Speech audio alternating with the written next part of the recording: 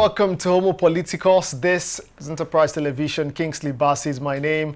And yes, let's focus now today on the 2025 budget. And there's a new budget scandal. And I say a new one because it's not new in Nigeria to have budget scandals. Well, a new one is making the waves in Nigeria. That's a civic tech non-profit organization in Nigeria, Budgit, has uncovered over 11,000 projects worth 6.93 trillion naira, reportedly inserted into the national budget. Many of them, they say, with little justification. From inflated allocations to misplaced projects, the revelations raise serious concerns about transparency, about accountability in government spending. And so today, I'm joined by the acting head, a tracker, and he's going to dissect the findings and further discuss what this means for the nation's economy and governance. I'm joined today, as mentioned, virtually though, by Joshua Oshiemi. He's the acting head tracker. Joshua, many thanks for joining me today. Welcome to Homo Politicos. Yeah, it's a pleasure to be here. Thank you so much for having me. Appreciate that. Well, we know that you work closely with the team at Budgit. As a matter of fact, I suppose it's a sister organization, right? And this publication has since gone viral. Nigerians talking about this revelation. Though, as mentioned, it's not the first time we're having a budget scandal. It feels like we recycle these things. But this 6.93 trillion naira help Nigerians and indeed the world at large understand the magnitude of your findings. All right, thank you so much for bringing up this discourse this time around again. So it's been all around the news, and I don't think this is a news anymore, because throughout last week, this was more or less like the trending topic across the country, about the insertions. And it's just quite unfortunate that this is what we have come to see in Nigeria. Year in, year out, we've always been talking about insertions into the budget. Only that while we are expecting that this is going to recede a little, we are just discovering that the progression through which this is even advancing is far more than what's expected from the National Assembly.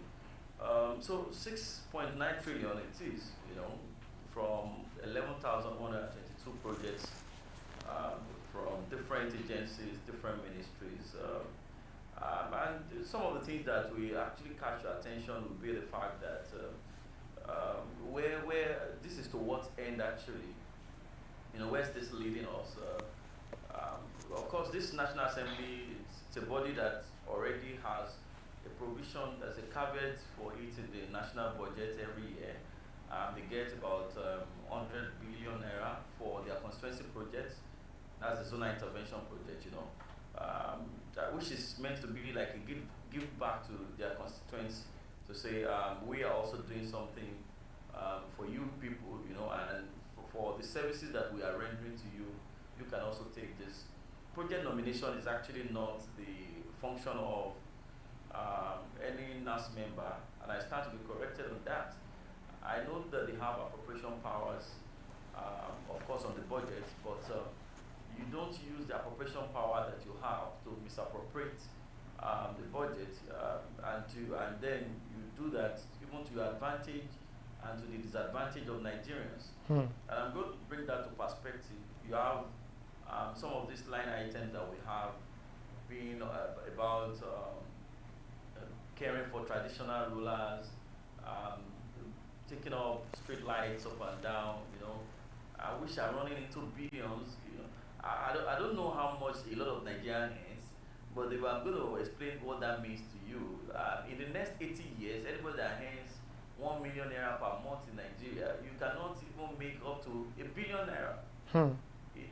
That's it. If you can do the calculation yourself, if you earn 1 million naira every month in this country, that's 12 million naira per year. That's just 24 million. It's a far cry. No, I'm even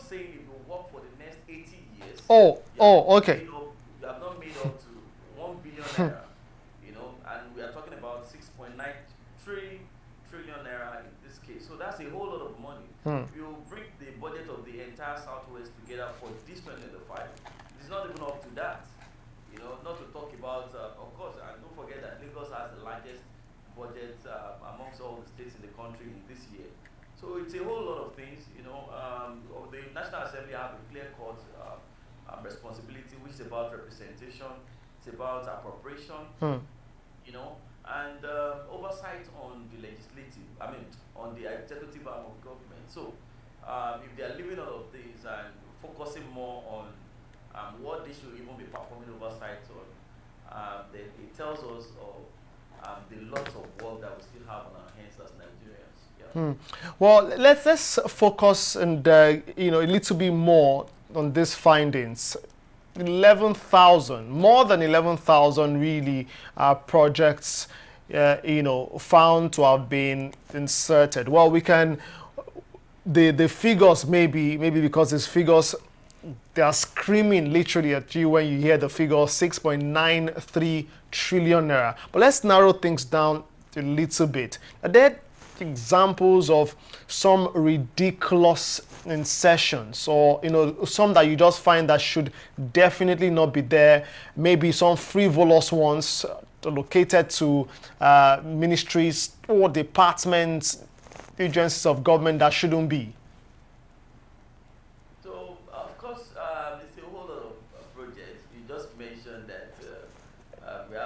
I'm talking about the insertions now. The insertions is up to 11,182, and that's just a conservative figure.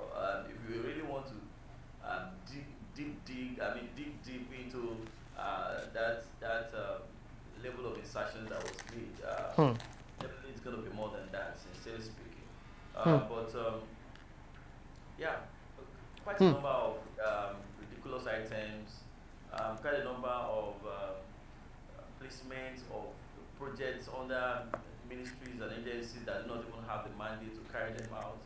And these are some of the things we've been mentioning year in, year out on the budget. But it's most likely like that the federal government is not just ready to yield to some of these things that Joshua, are there certain ministries, departments, or agencies of government that maybe they are specifically targeted? Are there patterns? We've seen one pattern which is general, right? We see these scandals happen from one budget cycle to another one. But are there specific patterns as to maybe a ministry being targeted where these insertions happen without Nigerians suspecting? No, Nigerians have to suspect. It's not difficult to suspect it. So let me give you an example. So we have these street lights all around the country now. I don't know how many of them you have in your own area, but quite well. We have them almost dispersed across the length and breadth of the country. We are beginning to suspect that it is a pathway to siphon funds in the country. And then you look at the agencies under which they are seated, you get to understand that these are agencies that do not even have anything to do with this kind of projects. I'm more particular about federal colleges of across the country, federal colleges generally. What we are getting from them, we are really not impressed. There's a federal college of horticulture in Dadinkowa, that's in Gombe State. Okay. You have that. Of course, College of Horticulture, you know what horticulture means. You know what they are meant to be doing. But you just discover that these will be the ones that are going to be taking care of health projects. They're going to be taking care of building of classrooms. So they are supporting the Ministry of Education. I'm going to be very specific about maybe 4 of them. I mentioned that in Kowa, which is in Gombe State. Yes. FCC, that's the Federal Cooperative College, or G River, which is in Enugu State. We have Federal Cooperative College in Ibadan, and then we have NIBRI, that's Nigerian Building and Road Research Institute. All of these the projects that they are coming up with are not adding up. But that's Nigeria for you. And it all brings to the question of the fact that how involved the Nigerians in all of this. For example, if you know that a project is seeded to your community, you also have the duty of also wanting to follow up with this kind of project to know that eventually they are delivered. Because if you ask any House of Rep member or any senator now, they want to tell you that we are doing this for my constituency. But how informed that this constituency you're talking about, how much of involvement they have in all of this? And the more you're not involved in all of this, the more the likelihood of this being misappropriated. I mean, you've just maybe responded to my question. What should be my next question, though? But I'd like that we maybe expand on that a little bit. You've mentioned that some projects were assigned to certain agencies of government lacking the capacity to execute them because it's not part of their mandate. Yeah, maybe you want to help Nigerians understand the importance of what you are saying. How damaging really is this to national development? Having projects assigned to ministries that is clearly outside their mandate. You've mentioned, federal. Some of this, I think the four you've mentioned, they're not even.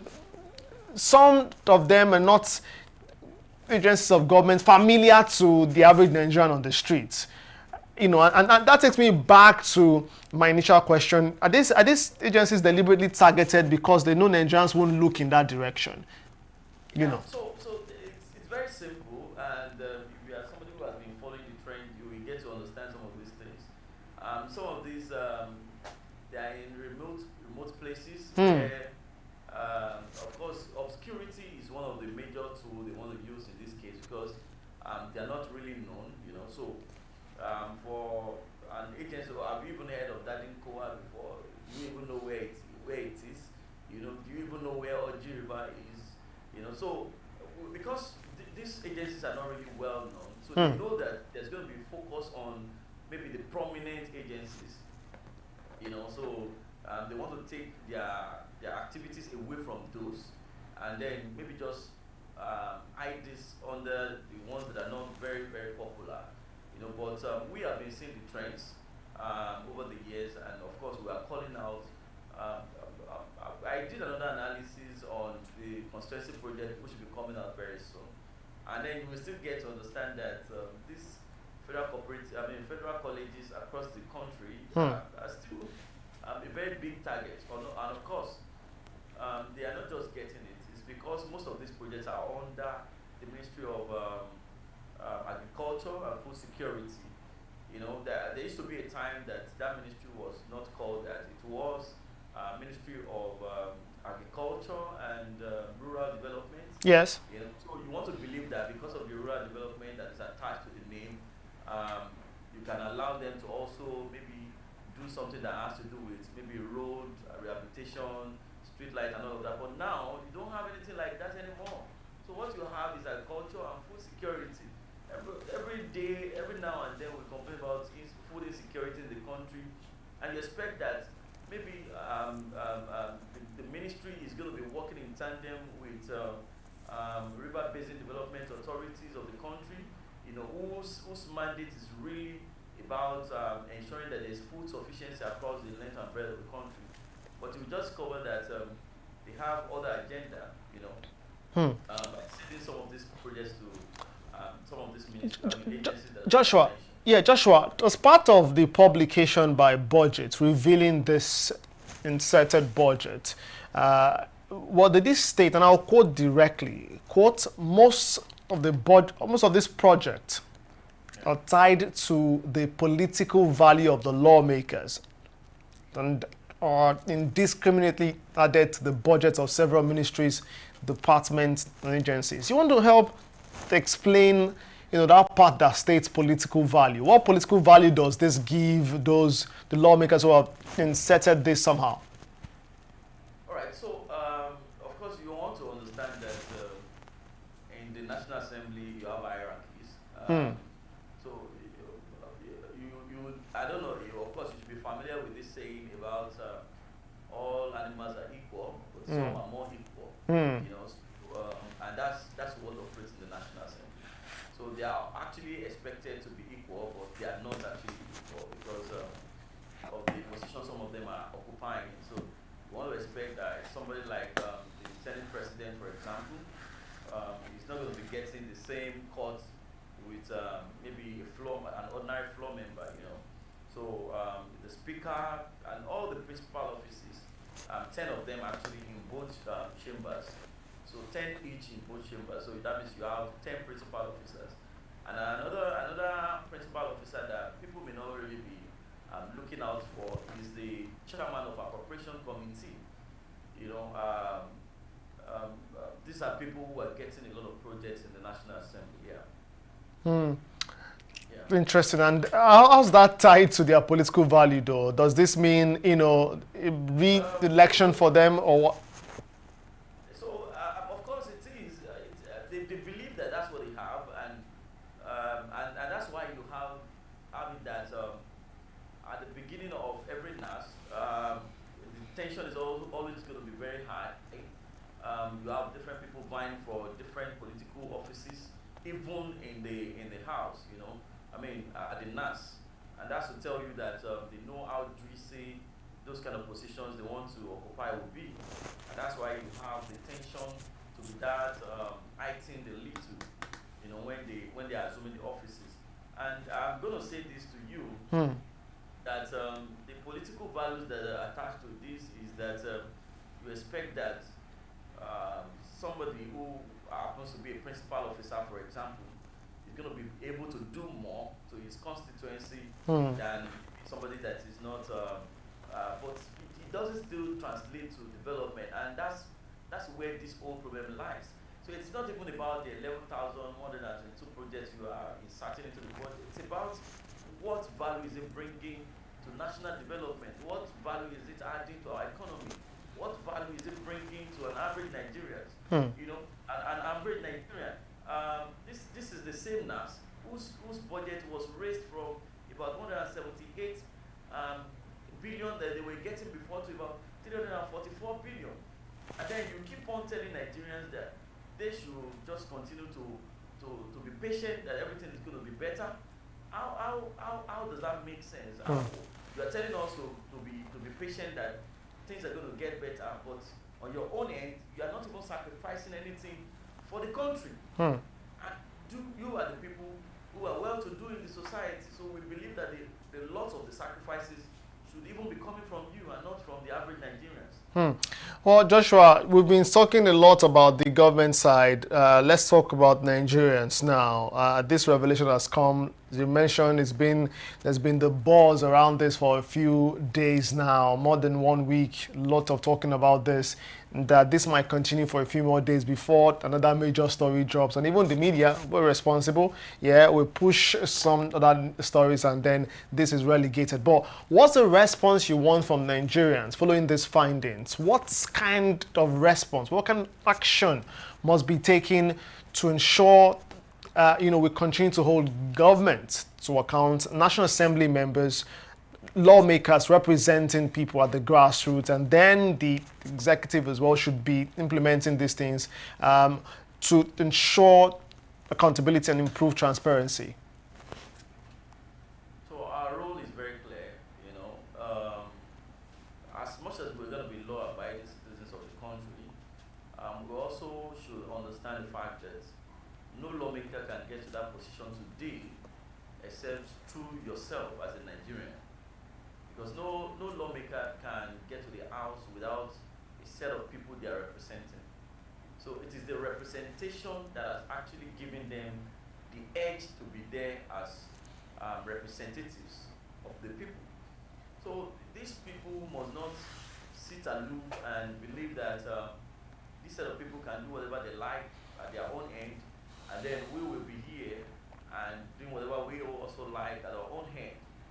It's not going to be helpful to the democracy that we are professing to be practicing in the country. It's not going to be helpful in any way. So the best bet is that Nigerians must get involved in all of this.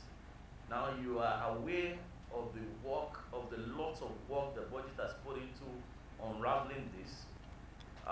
So it is our responsibility as citizens to say, okay, which of these projects actually come, of course, we're not even talking about ambiguous projects, projects that do not even have any specific definition. But out of all of these that we have talked about, most of them are tied to certain communities. Most of them are tied to certain cities. Most of them are tied to certain states in the country. So the ones that are tied to specific places, people must be able to make demands on where exactly do you want to do this. You can write FOI letters to the agencies that want to execute all of these projects. So you can ask them questions about when is this project eventually coming to our own place, because we are already aware. So people must not just sit aside and say, let governance continue from the people at the ends of affairs, and we will continue to live our lives the way we want. No, it has to be all encompassing. And the more pressure we apply to these people, and the more responsive, the more accountable, and the more transparent they want to become to us. Yeah. Joshua, I'm tempted to wrap the conversation, with this, on this note, because you've just made a very valid point about citizen participation in governance and the entire process, and that's the crux of the matter. Really, we can sit here and talk about the problem all show long, show after show, but the most important thing are those solutions that you've mentioned. But just before we wrap, though, are you worried? Understand Budgit has written, to both the presidency, the agencies of government involved, the National Assembly, as well as to these findings. Are you worried about the deafening silence regarding this? There's been no comment, because we know that if this is a political matter, something bordering on elections, on defections, some say accusation, rumor about this person moving from here to this person doing this, there would have been a response. Are you worried that there is no response really, both from the presidency or the National Assembly to these revelations? Yes, I am. I'm worried. And I'm going to tell you why I'm worried. Because just like I mentioned to you that everybody that's occupying any government position today has never gotten there by their personal volition. You must have gotten there by some votes from a certain quarters, So, and it tells us that this same set of people can always question you on how you are representing them. So if of course, you also expect that everybody in Budgit, everybody that works in Budgit also belongs to a senatorial district, also belongs to a particular federal constituency, So that means we are, one way or the other, a voice of the people we are representing in our own little way, And so if we are saying we have found this out in the budget, at least for a responsive government or a responsive administration, it is expected at least somebody is coming out to address the entire issue. But if this is not coming out, it is passing a signal. And I'm going to leave you with a quote by somebody, I can't even remember the name of the person again. But they said in a democracy, when the government stops being afraid of the people, then something is wrong. When a government stops seeing the criticism from the people as something important to respond to, it is already passing a message that you guys are powerless.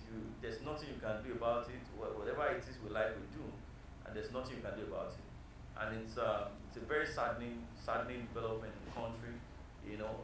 It's also possible that the silence also means admittance in this case.